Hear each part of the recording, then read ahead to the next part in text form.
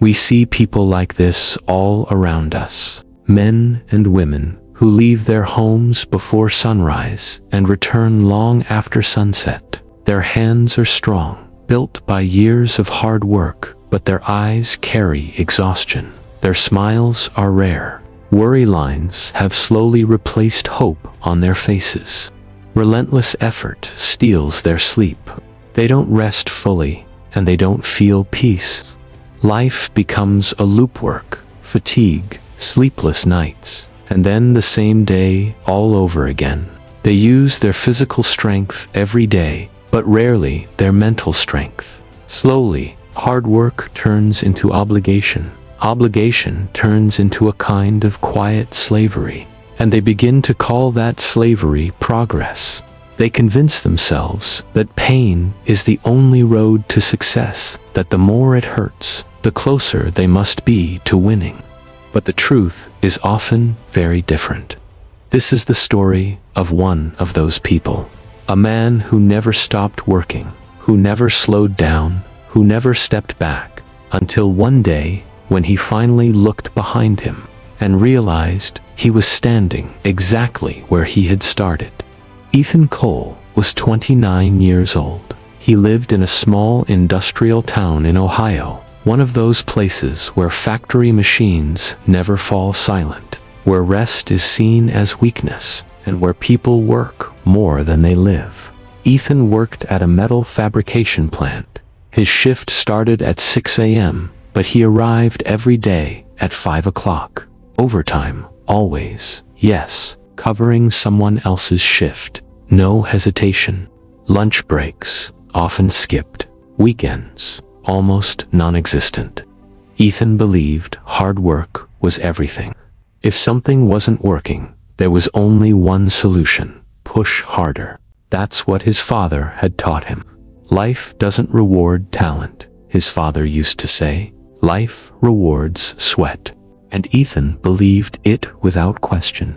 3 years passed. Ethan was still in the same position. Same title, same paycheck, same exhausting routine. But the people who joined after him were moving up. One of them was Marcus. Marcus arrived on time and left on time. He never worked weekends, and yet he became a supervisor. Ethan didn't hate Marcus. What hurt was the question he couldn't escape. How is someone doing less getting more? At night, Ethan lay in his small apartment, staring at the ceiling fan spinning above him, his thoughts spinning just as fast. I'm not lazy, he told himself. I'm not careless, so why am I being overlooked? Then came the night everything nearly broke. After a 14-hour shift on a freezing evening, Ethan was driving home when his vision blurred.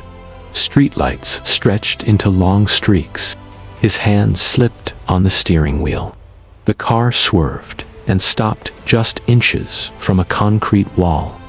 Ethan sat there shaking, his heart pounding so hard it felt like it would tear through his chest. For the first time, he wasn't afraid of failure. He was afraid of quietly disappearing. The next day, Ethan showed up to work in terrible condition.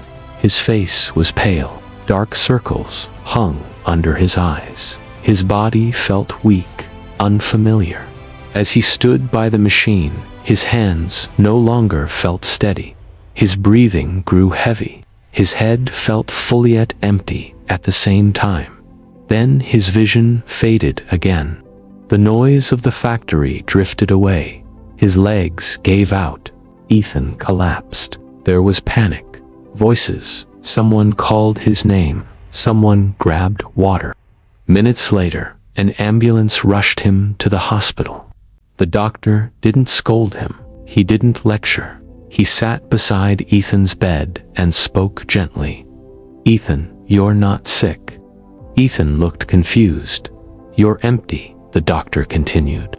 Chronic exhaustion, mental stress. You've pushed yourself past the limit.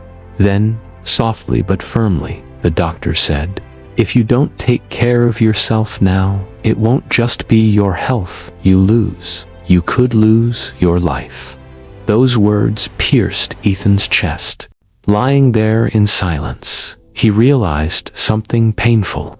He wasn't just working hard, he was slowly destroying himself. That day, Ethan made a small but powerful decision. He took the weekend off, not out of laziness, not out of rebellion. For the first time, he chose himself, and that choice changed everything. That weekend, Ethan didn't go to work. He sat on a bench beside a frozen river. Cold air brushed his face.